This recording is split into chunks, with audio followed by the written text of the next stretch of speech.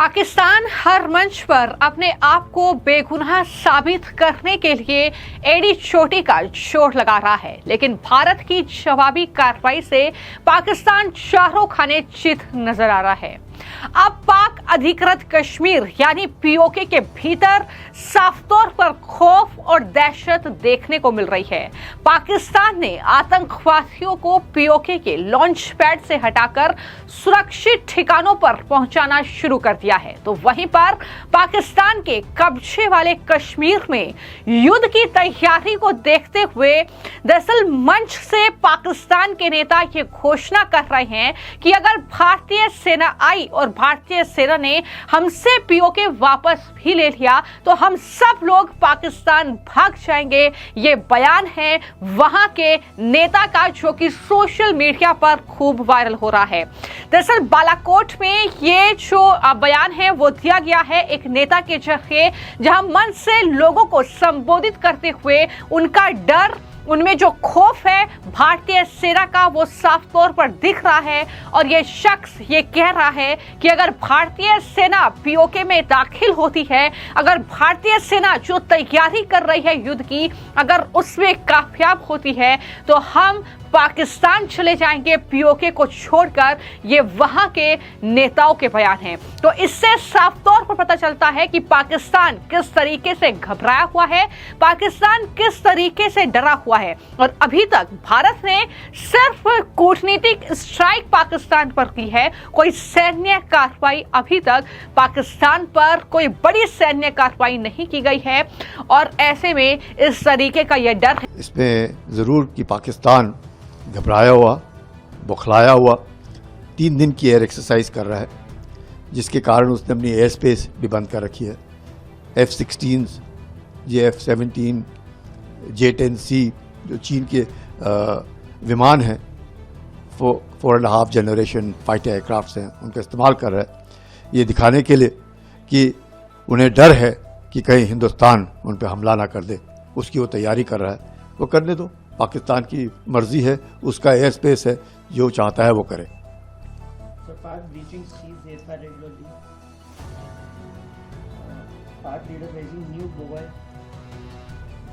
पाकिस्तान जो है न्यूक्स की बात कर रहे हैं हम लोग। ये देखिए, जब बुखलाता है, घबराया हुआ है, भारत बड़ा साफ है कि हमारी जो न्यूक्लियर पॉलिसी है नो फर्स्ट यूज है, और जो हमारा न्यूक्लियर डॉक्ट्रिन है वो क्रेडिबल मिनिमम डेटरेंस है। अगर पाकिस्तान चाहे वो टैक्टिकल हो या कैसे भी हो, चाहे उसका 1 पाव का है या आधा किलो का है, जैसे भी अगर इस्तेमाल करता है किसी कारण भी, तो मुझे नहीं लगता कि पाकिस्तान की जो भूमि है वही ख़त्म हो जाएगी। उसका जो अस्तित्व है, जिस अस्तित्व के लिए वो लड़ने की कोशिश कर रहा है, वही अस्तित्व समाप्त हो जाएगा। तो पाकिस्तान को ये समझना चाहिए, और इस तरह के बयानबाजी पाकिस्तान ने नहीं करनी चाहिए। जो न्यूक्लियर ब्लफ हम कहते हैं, हमने कारगिल में भी देखा है, और हमें मालूम है पाकिस्तान की कितनी काबिलियत है। जो पाकिस्तान और पीओके के भीतर देखने को मिल रहा है, क्योंकि पीओके वो जगह है जहां पर पाकिस्तान ने अवैध रूप से कश्मीर के एक हिस्से पर कब्जा किया हुआ है, और लगातार उस धरती का इस्तेमाल पाकिस्तान की आर्मी, वहां की सरकार जो है वो आतंकवाद को पालने पोसने के लिए करती है। आतंकवादियों के लॉन्च पैड वहां पर हैं, और उन्हें भी अब ठिकाने लगाया जा रहा है, क्योंकि बालाकोट एयर स्ट्राइक जो भारत ने की थी उसमें पाकिस्तान को करारा झटका लगा था, जब आतंकवादियों के लॉन्च पैड को वहां पर तबाह किया गया था। तो ऐसे में अब वहां पर तैयारी शुरू हो गई है कि अगर भारत हमला करता है, भारत अगर युद्ध छेड़ता है, तो हमें अपनी जान किस तरीके से बचानी है, हमें पाकिस्तान की तरफ भागना है। ये वहां के नेता सिखा रहे हैं लोगों को। और वहीं दूसरी तरफ अब संयुक्त राष्ट्र में भारत के जवाब के बाद यूएन के जो मानवाधिकार विशेषज्ञ हैं, उन्होंने आतंक के पनाहगार पाकिस्तान को यूएन के मंच से कड़ी फटकार लगाई है। बलूचिस्तान में मानवाधिकार उल्लंघन पर उन्होंने गहरी चिंता जाहिर की है। उन्होंने कहा कि बलूचिस्तान में बड़े स्तर पर सुरक्षा बलों और लोगों को प्रताड़ित किया जा रहा है, उनकी हत्या की जा रही है। ऐसी जो रिपोर्ट आ रही है वो काफी ज्यादा निंदाजनक है। यानी यहाँ पर जो यूएन के मानवाधिकार विशेषज्ञ हैं वो भी ये मान रहे हैं कि पाकिस्तान परस्त ये आतंकवादी जो हैं बलूचिस्तान यानी पीओके में भी अपना आतंक फैला रहे हैं, वहां पर लोगों को प्रताड़ित कर रहे हैं, वहां पर लोगों की हत्या की जा रही है। और उन्होंने कहा कि आतंकवाद के पीड़ितों के साथ अपनी एकजुटता हम सब व्यक्त करते हैं, हम उन पीड़ितों के साथ हैं। विशेषज्ञों ने यह भी कहा कि इंटरनेट ब्लैकआउट्स ने सूचना की आजादी, पारदर्शिता, जवाबदेही और राजनीतिक भागीदारी में रुकावट पैदा की है।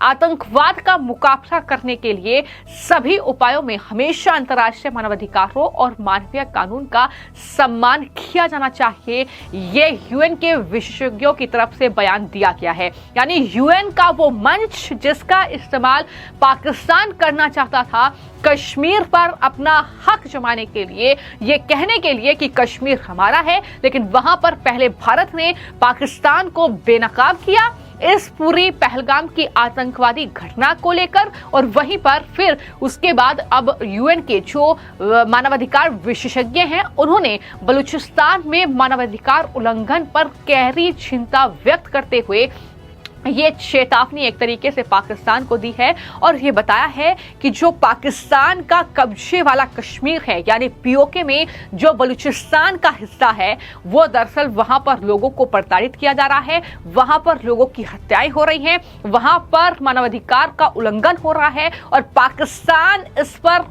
गौर करे, ये भी उनकी तरफ से कहा गया है। यानी इस तरीके से लगातार जो है हर मंच से पाकिस्तान की सिर्फ किरकिरी हो रही है। पाकिस्तान दुनिया के सामने बेनकाब हो रहा है, पाकिस्तान दुनिया में अलग थलग पड़ चुका है। ना अमेरिका, ना रूस, ना फ्रांस, कोई बड़ा देश पाकिस्तान का समर्थन नहीं कर रहा है, पाकिस्तान के साथ इस जंग में नहीं है। तो ऐसे में जाहिर तौर पर पाकिस्तान अब चारों तरफा से घिर चुका है। और भारत में अगर मैं बात करूं तो लगातार ये कहा जा रहा है कि जो पहलगाम की आतंकवादी घटना है, अब वक्त आ गया है कि पाकिस्तान ने जिस कश्मीर पर अवैध रूप से कब्जा किया है अब उस पीओके को वापस लिया जाए, क्योंकि ये वो धरती है जिसका इस्तेमाल पाकिस्तान आतंकवाद को बढ़ावा देने के लिए करता है, जहां पर आतंकवादियों को फंडिंग की जाती है, उनके कैंप लगाए जाते हैं, वहां पर उन्हें ट्रेनिंग दी जाती है, वहां की जो जनता है पीओके की वो परेशान है। तो ऐसे में अब वक्त आ गया है कि जो बलूचिस्तान का हिस्सा है, जो पीओके का हिस्सा है, वो अब हम वापस लें। वो पीओके अब हमारा होना चाहिए, वो हमारा था जिस पर अवैध रूप से पाकिस्तान ने कब्जा किया। ये लगातार भारत में बयान सामने आ रहे हैं।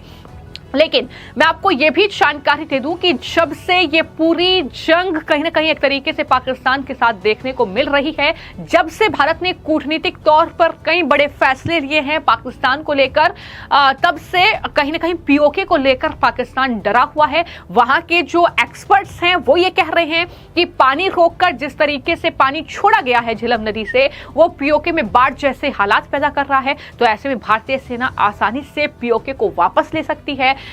पीओके के जो नागरिक हैं वो पाकिस्तान की सरकार के खिलाफ प्रोटेस्ट कर रहे हैं, पाकिस्तान के आतंकवादियों के खिलाफ प्रोटेस्ट कर रहे हैं, वो आजादी चाहते हैं, ये आजादी के नारे वहां पर लग रहे हैं। पीओके के कुछ लोग तो ऐसे हैं जो भारत में शामिल होना चाहते हैं, वो अपनी राय व्यक्त कर चुके हैं। तो कुल मिलाकर पाकिस्तान अब दुनिया के सामने तो बेनकाब हो ही रहा है, लेकिन अब पाकिस्तान के जो कब्जे वाला कश्मीर है यानी पीओके है, वहां पर पाकिस्तान के नेताओं, वहां पर आतंक के पनाहगारों में साफ तौर पर खौफ और दहशत का माहौल देखने को मिल रहा है।